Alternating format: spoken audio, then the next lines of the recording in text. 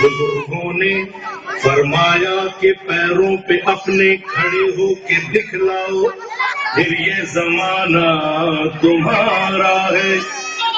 जमाने के सुरताल के साथ चलते चले जाओ, फिर हर तराना तुम्हारा, फसाना तुम्हारा है।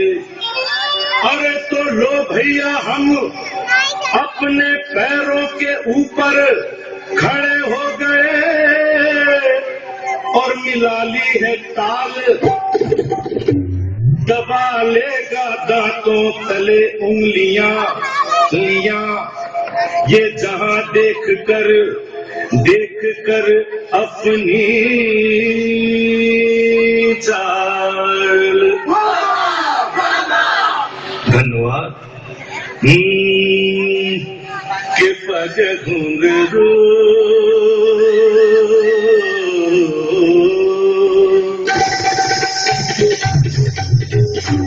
के पग घुंघरू बाह मीरा नाची थी।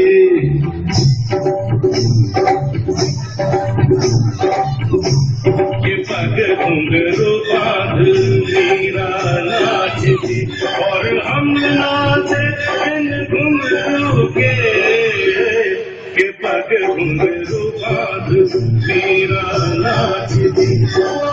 तीर भला किस काम का है जो तीर निशाने से झुके रे, ये पग घुंघरू पग घुंघरू बांध मेरा नाची थी, पग घुंघरू बांध मेरा नाची थी।